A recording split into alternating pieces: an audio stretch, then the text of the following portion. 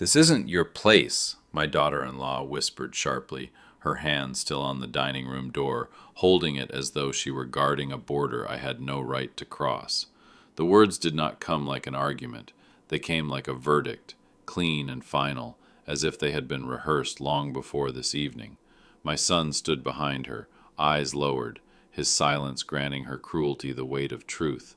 The laughter of the guests drifted from inside the house, warm and careless, but here at the threshold I stood frozen, banished as though I were a stranger. The sting of it cut deeper, because this was not any house. It was the house I had built in my mind years ago, long before walls had risen from the ground. The roof, the arches, the way the staircase curled like a ribbon, all of it had been my design, sketched in ink under the lamplight of long nights when my children were still small, and their futures nothing more than dreams. And now, on this night of gathering, of supposed family, I was told that it was not my place, not my home, not even my right to sit among them. I felt the rejection cling to me like frost.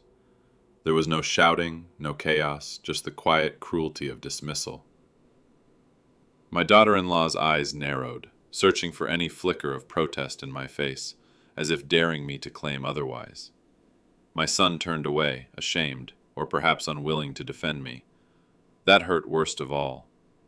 Blood that once called me father now stood against me in silence. Inside, I heard glasses clinking, forks striking plates, and the hum of conversation rising like music. They were celebrating in the warmth of a house whose very foundations were drawn by my hands. Yet I was left at the door, cold and unwanted. My chest tightened, not from anger, but from the sharp loneliness of being erased while still alive. I did not argue. My lips parted, but no words came. What could I say? That the lines of this place lived first on my desk before they became walls? That my signature was older than the bricks stacked on each other? No, their ears were closed. They did not want truth. They wanted me gone, out of sight, out of memory. So I stepped back, the door clicking shut with finality. Their laughter swelled inside, and I stood on the porch like a shadow. The world could not see the mark on my heart, but it was there, sharp and fresh. They had said it as if it were law. This isn't your place. And for the first time, I let the silence weigh heavier than my voice, though inside me a storm had already begun to rise. Friends, let me pause for just a moment. Write in the comments, where are you listening to this story from? Has something like this ever happened in your own life? Don't forget to subscribe and share this video. It's the best way you can help us grow this channel and bring more stories like this every day. And now, let's continue. He stepped inside at last, but it did not feel like entering a home. It felt like crossing a line where he was tolerated, not embraced.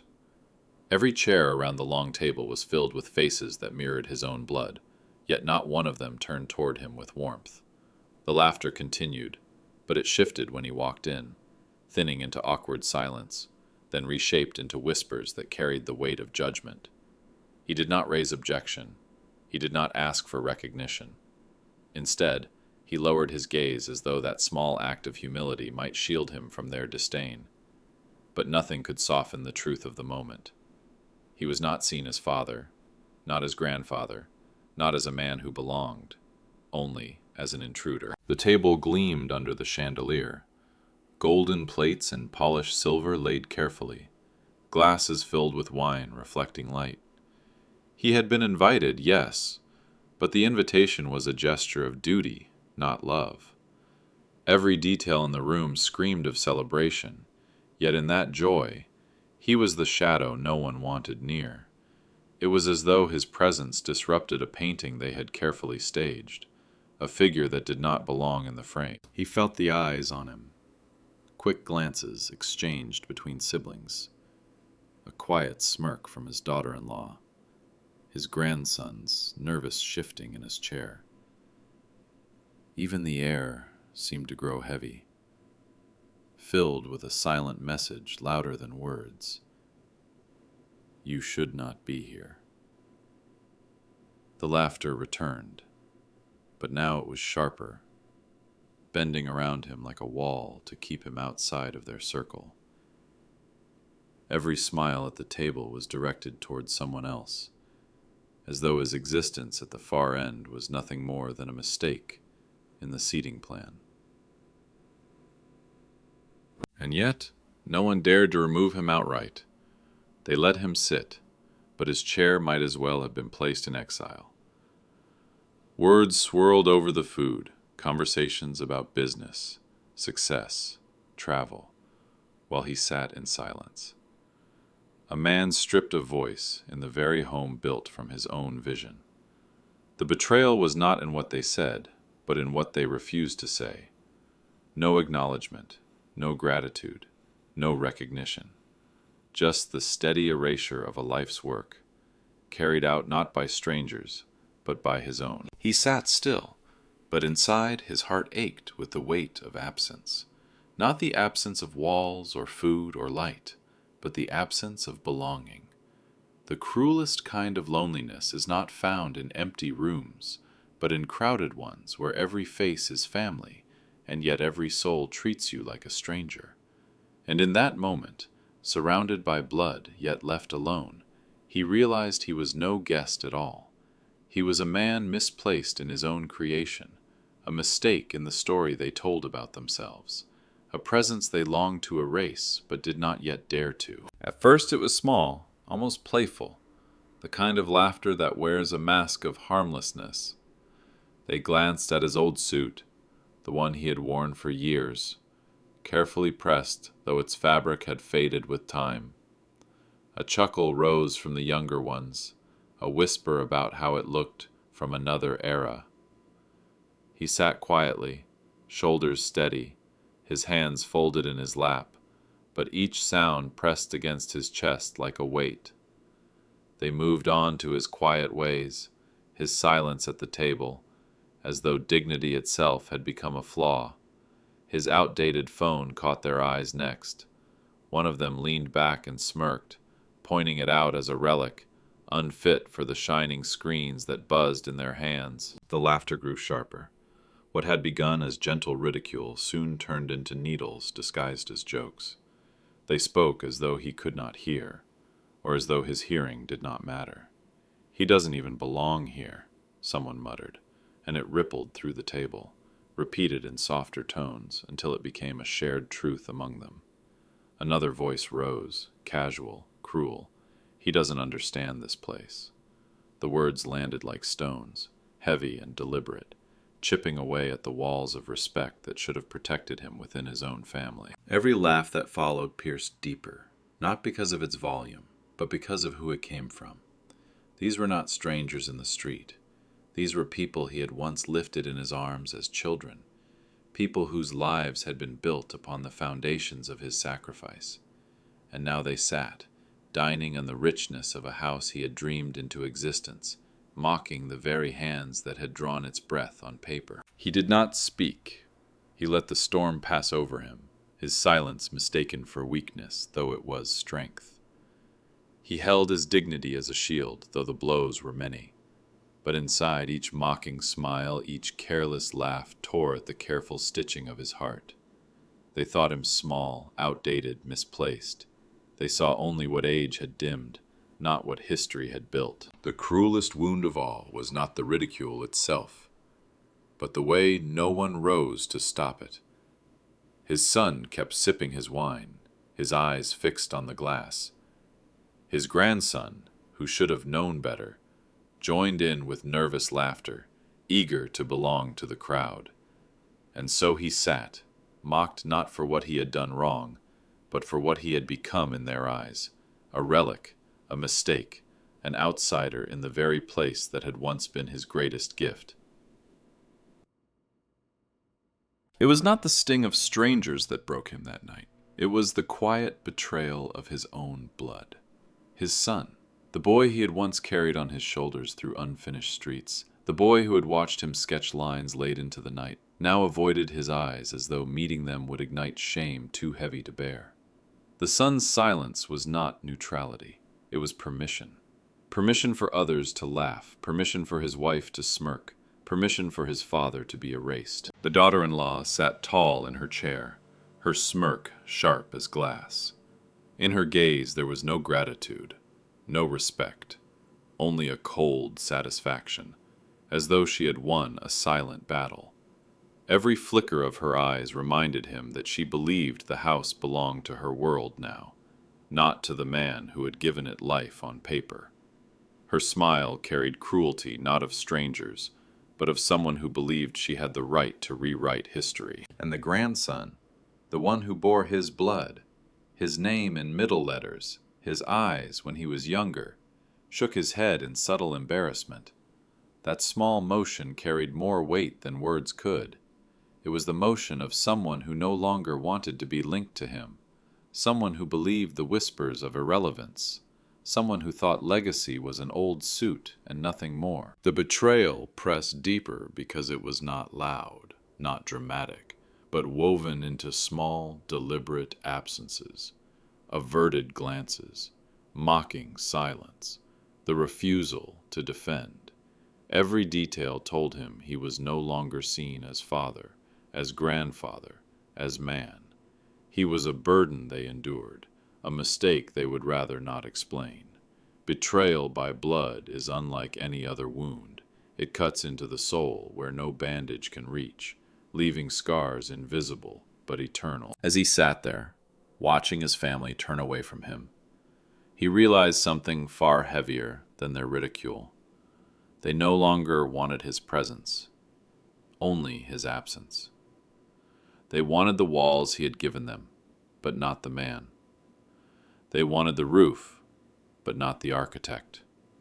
They wanted the inheritance of his labor, without the weight of his name. And in that dim, golden light of the chandelier, he felt not just the sting of rejection, but the cold shadow of betrayal creeping into every corner of his heart. The air around him grew heavier with every passing moment, though no one laid a hand on him. It was the kind of weight that does not bruise the skin but slowly suffocates the spirit. Conversations floated across the table like warm currents, yet every word flowed around him, never to him. They spoke of business ventures, of travels, of successes, their voices bright with pride, but not once did a glance or a sentence reach his chair. It was as though an invisible wall had been built around him, a wall stronger than brick, made of deliberate silence. Every gesture at the table told him the same truth. He did not belong. Plates were passed across him, but not to him. Questions leapt from one end of the table to another, skipping over him as though his voice carried no value. Laughter burst and rolled, but when his eyes lifted to join it, the joy slipped past like he was air, unseen, unneeded. The cruelest part was not the words they had spoken earlier. "This isn't your place," but the quiet, constant ways they now proved it true in their eyes. He shifted slightly in his chair, not out of discomfort in his body, but in his soul. To sit among those who carry your name and yet feel erased is a pain unlike any other. It is the loneliness of being surrounded, the ache of being forgotten in the middle of your own creation.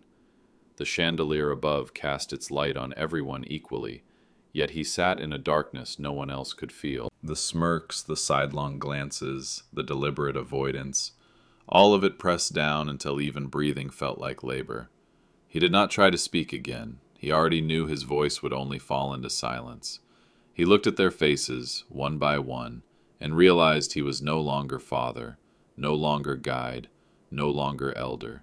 He was an unwelcome guest in the house of his own design, a figure they endured out of obligation rather than love. And so he sat, still and quiet, while the weight of exclusion pressed heavier than stone. It was not a moment of anger, but of grief. Grief for a family that had chosen to turn away. Grief for a legacy that had been reduced to dust in their eyes. They had stripped him not of a seat at the table, but of his place in their hearts. And in that silence, surrounded by voices that never reached him, he carried the heaviest burden of all, the knowledge that he was no longer wanted where he once was needed most. His eyes wandered from face to face, But when he found no refuge there, they lifted instead to the walls, the pillars, the beams that rose like silent witnesses around the table. To them he turned, as though the wood and stone might remember what blood had chosen to forget. Every line, every curve, every joint bore his mark. He could see them, not as they stood now, dressed in light and polish, but as they had once been, bare frames, raw beams, foundations waiting to breathe. He remembered those nights when his children were small, when their laughter echoed in the next room while he bent over a drawing board, pencil scratching against paper under the dim glow of a lamp. His hands were younger then, steady with the certainty of vision, pulling lines into form, shaping a home out of nothing but thought and will. He remembered how those lines became drafts, how those drafts became blueprints, and how those blueprints finally rose into walls that sheltered his family from storms. He remembered the hours of worry over money, the sleepless nights calculating costs, the days spent negotiating for materials. He remembered choosing every detail, the staircase that would curve just enough to feel like an embrace, the windows placed to let morning light flood the kitchen, the beams aligned to hold not just the roof, but the laughter and sorrows of generations. And now, as he sat among them, no one spoke of it. No one remembered. Or worse, they chose not to. The house stood as a monument to his devotion, yet he was invisible within it. The walls he had dreamed into existence now echoed with their voices, but offered him only silence. It was as though they wanted to erase the truth that every meal, every holiday, every gathering in this place existed because of the nights he sacrificed sleep, health, and youth to make it real. He watched his son raise a glass in pride, boasting of their success, claiming ownership not just of the house, but of the story behind it. Each word was another nail sealing away his part in the tale. Each boast another attempt to write him out of his own legacy. He looked again at the pillars, and in them he saw his own strength, standing firm though weathered, holding more than their share of weight, never collapsing no matter how forgotten they became. They remembered him. The beams remembered the touch of his hands. The walls remembered the sweat in his brow. But his family, his own blood, had turned their memory into silence. That was the cruelest betrayal of all, to be erased not by strangers, not by time, but by those who should have carried his name with pride. And so he sat in the very heart of his creation, surrounded by comfort born of his sacrifice, and felt the cold ache of absence. Not absence of walls, not absence of light, but absence of gratitude, of acknowledgement, of love. His house remembered him, but his family had chosen not to. His son stood, glass in hand, and for a brief moment the table fell silent in respect. But the respect was not for him, the father seated quietly in the shadows. It was for the man who now believed the house was his triumph alone. The son's voice carried loudly, heavy with self-importance, every syllable dripping with pride that did not belong to him. He spoke of our house, of our achievement, his words swollen with arrogance. He lifted his glass higher, letting the light catch in the wine as though it were a crown upon his head. "We built this from nothing," he said, his voice brimming with triumph. The room erupted with nods, with smiles, with the soft hum of agreement.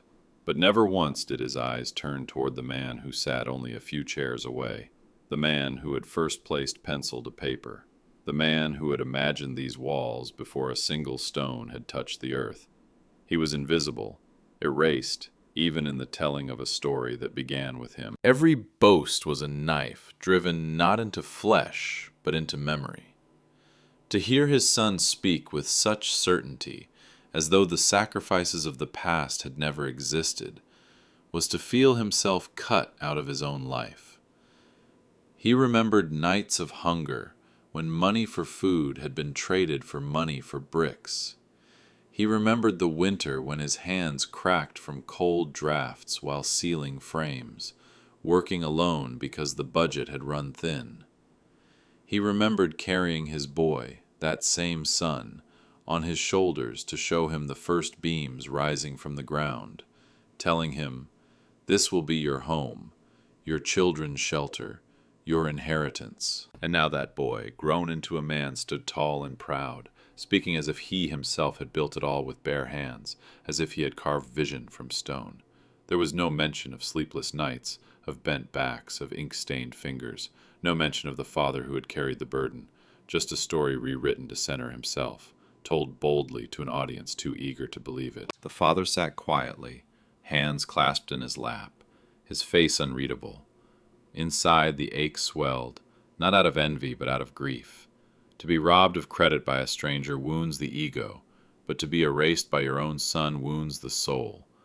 It was not the glass raised high that cut him, but the silence that followed, the silence where his name should have been spoken, the silence where gratitude should have lived. The sun basked in the applause, smiling as though the house itself bowed to him, while the true architect sat forgotten, a ghost among the living. The house seemed to hold its breath. The walls that remembered, the beams that carried history, they all stood quiet, watching the false tale take root. And in that moment he understood. The betrayal was not just in being forgotten, but in hearing his own legacy, stolen and worn by another, like a garment. He waited until the noise of their applause settled, and then, with a voice calm and steady, he tried to speak. Just a few words, not to claim glory, not to shame anyone, but to remind gently that the story had begun long before his son ever raised a glass. Yet the moment his voice touched the air, laughter drowned it. Not nervous laughter, not the laughter of misunderstanding, but cruel, deliberate laughter meant to cut. "You don't know anything about design," someone scoffed, and others nodded as if it were fact. "Leave the talk of architecture to real owners," another chimed in, their smirk sharper than the words themselves. The table erupted with a ripple of mockery, and his voice, the same voice that had once planned every corner of this home, was smothered under their derision. Each laugh was not just sound. It was a blade tearing at the fabric of respect that should have held them together. He sat back, silenced not by lack of truth, but by the cruelty of those who refused to hear it. His eyes lingered on the walls again, the beams, the staircase, the windows, each one a piece of his life's work, each one carrying proof louder than words. Yet none of them cared. They did not want history. They wanted their own story, easier to tell, cleaner to celebrate, a story that erased him. The laughter pressed against his chest, heavy and suffocating. It wasn't the sound alone. It was the faces behind it. His daughter-in-law's smile, triumphant as though she had won some private war. His grandson's chuckle, awkward but real, a cruel echo of the room's rejection. And his son, raising his glass once more, joining in just enough to prove to the others that he, too, believed the old man had nothing left to say. He clenched his hands beneath the table, not out of anger, but to keep himself anchored. He would not beg for respect. He would not fight for acknowledgement. But inside, the ache burned deep. Betrayal is sharp when it comes from family, but ridicule is sharper still. To be mocked for the very thing that once gave them shelter, to be dismissed as ignorant about the design he had birthed, it was not simply an insult. It was erasure. The sound of their laughter faded back into casual conversation, but it lingered in his ears like thunder. He lowered his gaze, letting silence shield him once more, though inside he carried a storm that had not yet spoken. They thought him broken. They thought him beaten.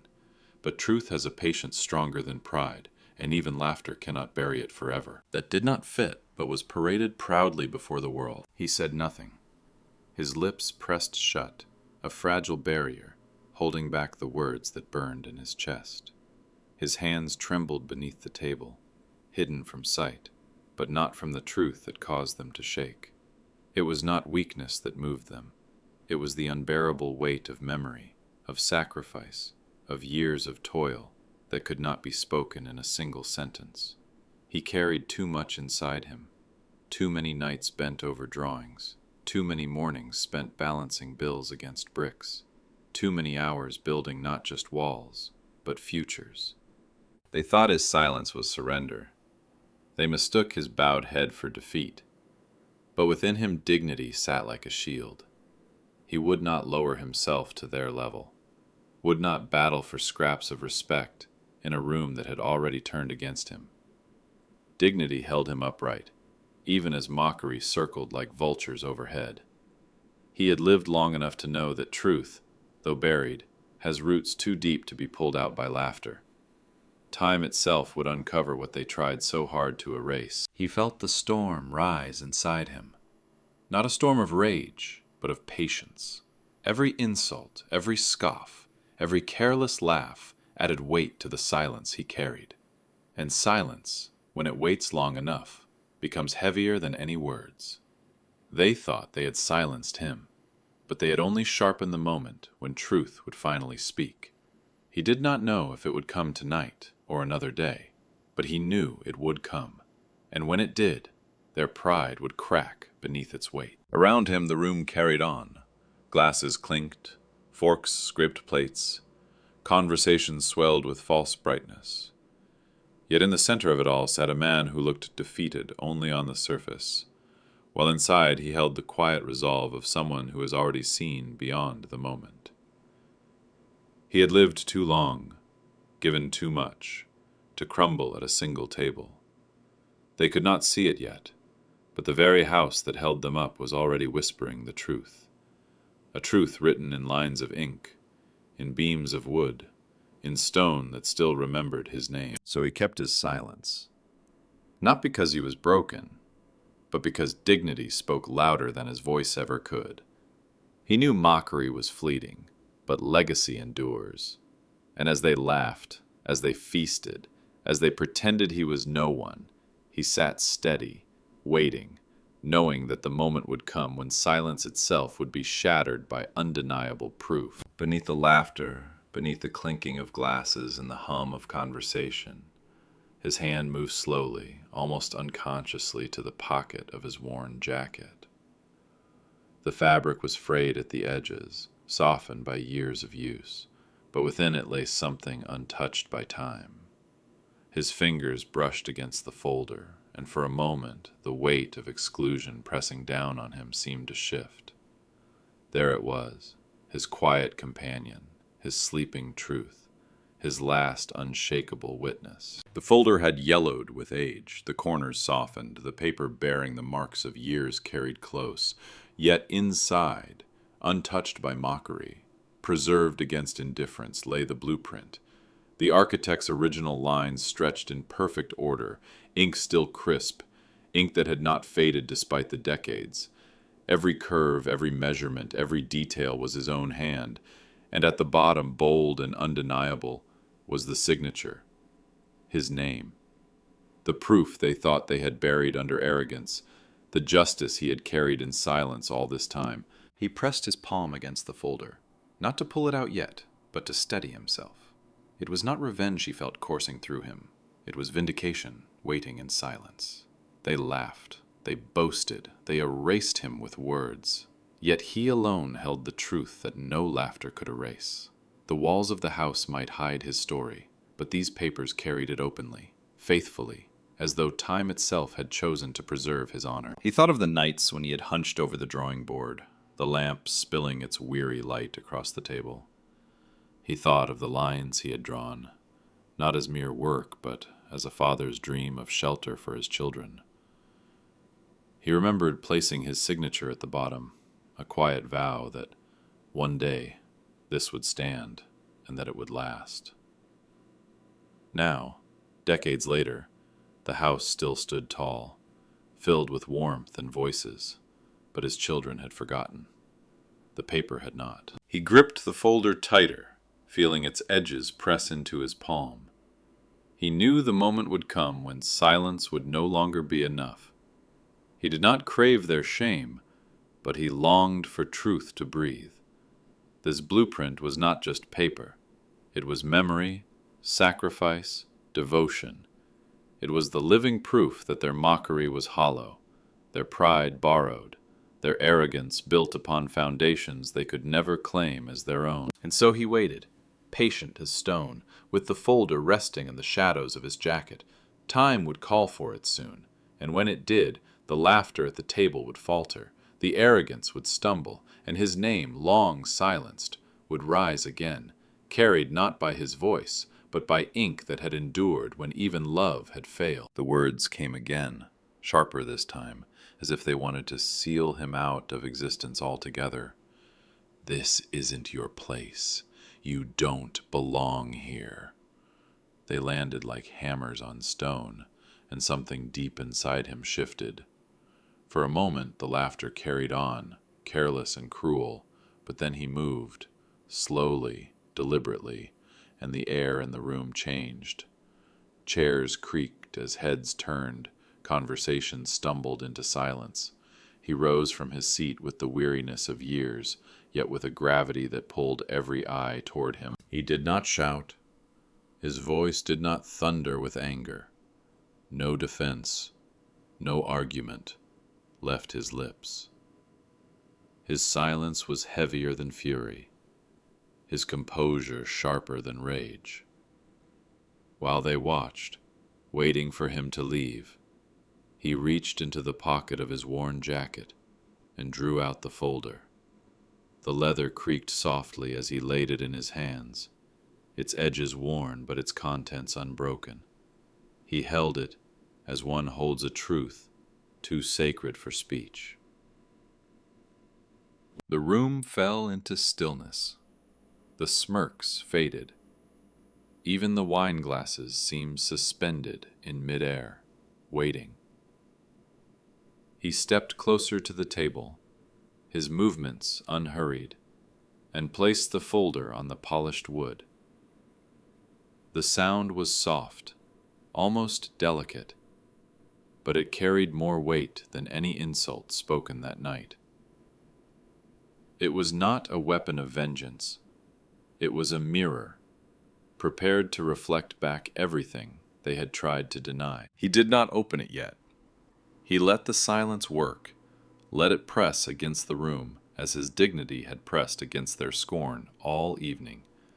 The chandelier's light glimmered on the surface of the folder, catching the eyes of those who had mocked him, daring them to look away. For the first time that night, he no longer seemed invisible. He stood taller, not because he demanded respect, but because truth itself had entered the room with him, waiting to be unveiled. No one spoke. His son's hand twitched against his glass, uncertain. His daughter-in-law shifted in her seat, the smirk gone, replaced by something sharper, unease. His grandson lowered his gaze, unable to meet the quiet strength in the old man's posture. Betrayal had laughed, betrayal had mocked, but now betrayal was silent. They knew something was coming, though they could not yet name it. And he, the man they had dismissed, waited with them, letting silence build the stage for justice. The folder sat like a heartbeat on the table, steady, undeniable, ready to break open the false story they had built around him. His fingers moved with a slowness that made the silence unbearable.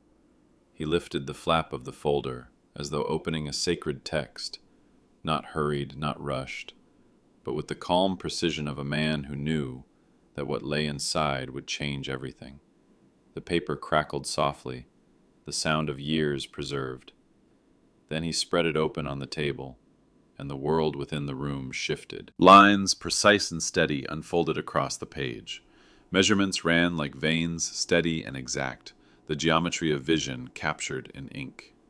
Curves of arches, spans of beams, the sweep of staircases, every detail was there, alive, with the memory of the nights he had drawn them.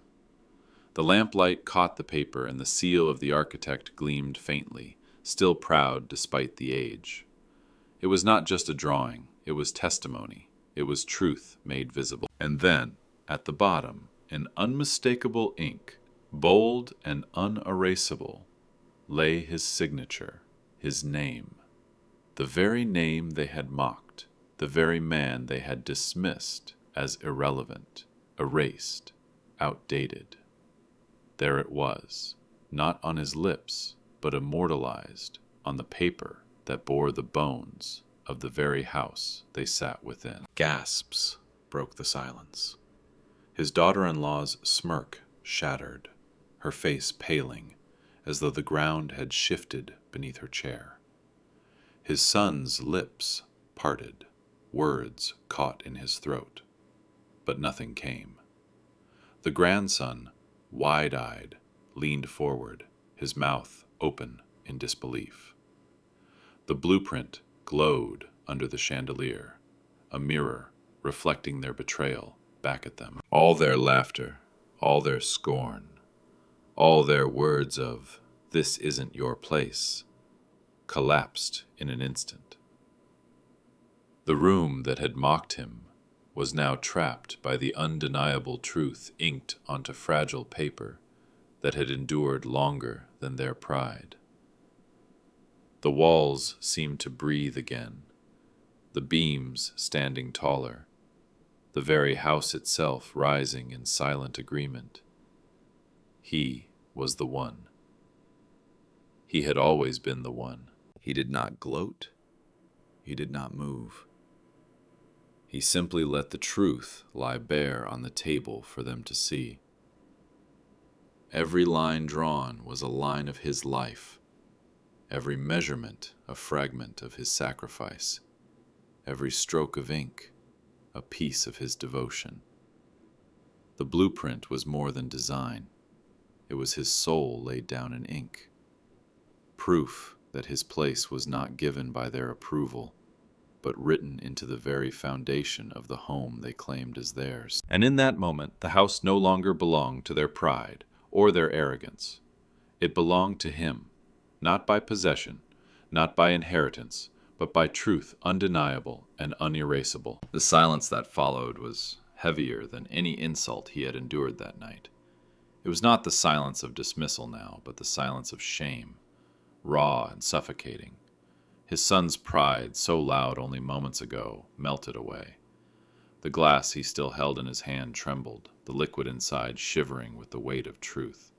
His lips pressed into a hard line, but no words came. What defense could there be when ink and paper shouted louder than any boast? The daughter-in-law's smirk, once sharp as a blade, dissolved into something brittle, her eyes darting to the blueprint and then away as though unable to bear the sight. The triumph she had worn like armor cracked into fear, into guilt, into the unspoken realization that the house she had claimed as hers was never hers to claim. She shifted in her chair, fingers clutching her napkin until it tore, the sound small but desperate, the sound of someone trying to cling to a pride that was slipping through her hands. The grandson, so quick to laugh earlier, now lowered his gaze to the floor. His shoulders hunched, his face burned with shame. He dared not look at the man he had mocked, dared not meet the eyes of the one whose name stood printed at the bottom of the page. The laughter he had joined only minutes before now echoed in his ears like a betrayal too deep to undo. Around them, the room seemed to hold judgment. The pillars that rose toward the ceiling, the beams that stretched overhead, the walls that had sheltered them for years, all bore silent witness. They had stood through storms, they had carried generations, they had whispered the truth in silence all along. This was his place, his vision, his legacy, and those who had sat within it had tried to erase him, to strip him of what could never be taken. The father did not gloat, did not strike with anger. He simply stood still, his presence alone heavier than any accusation. Their shame was their own punishment, deeper than any scolding words he could have spoken. They saw now, with undeniable clarity, that the man they had mocked was the man to whom they owed everything. The blueprint lay open still, breathing truth into the air, and they could not escape it. The son's pride had dissolved, the daughter-in-law's smirk had withered, the grandson's laughter had turned to silence. And in that silence, they faced the weight of what they had done. They had tried to erase not just a man, but the very foundation of their lives. He did not gloat. He did not scold. No words of revenge left his lips. Instead, with hands steady now, he reached forward and gently folded the blueprint back into its jacket, as though closing the chapter of their cruelty with the same calm precision that had once drawn the house into being.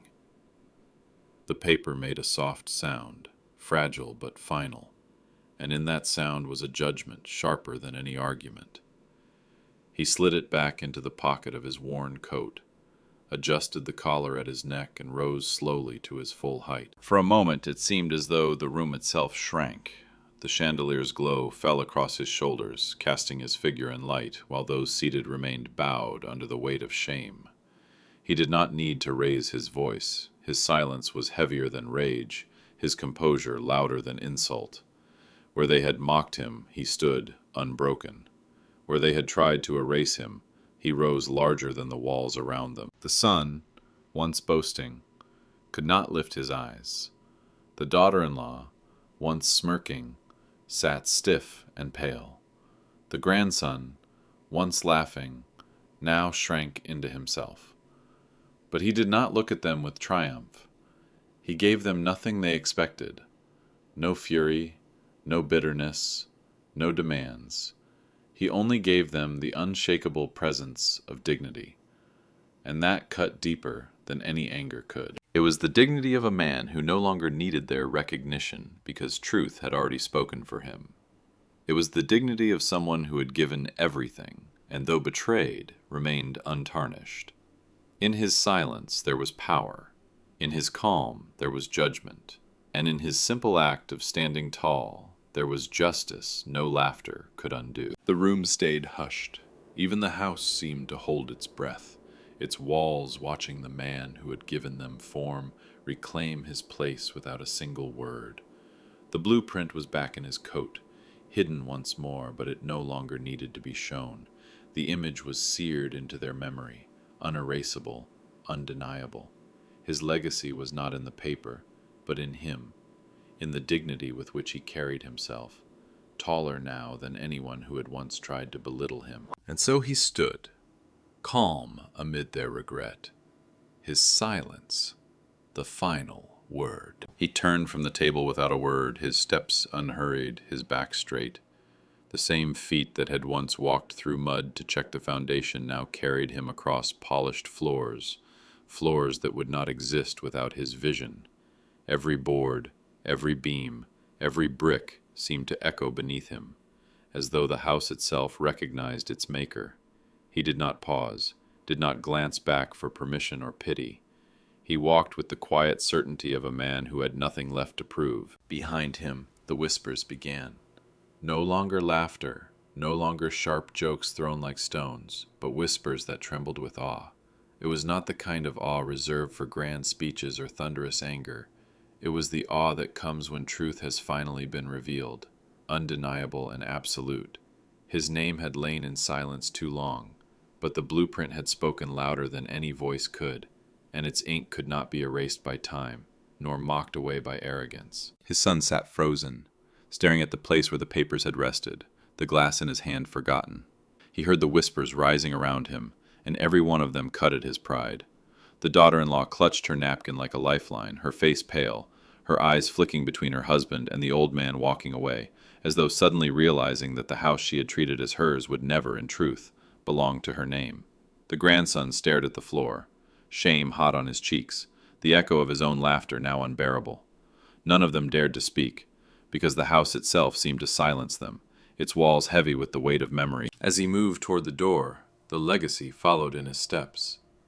It was there in the chandelier's glow, in the way the staircase curved above them, in the weight of the beams that held the roof.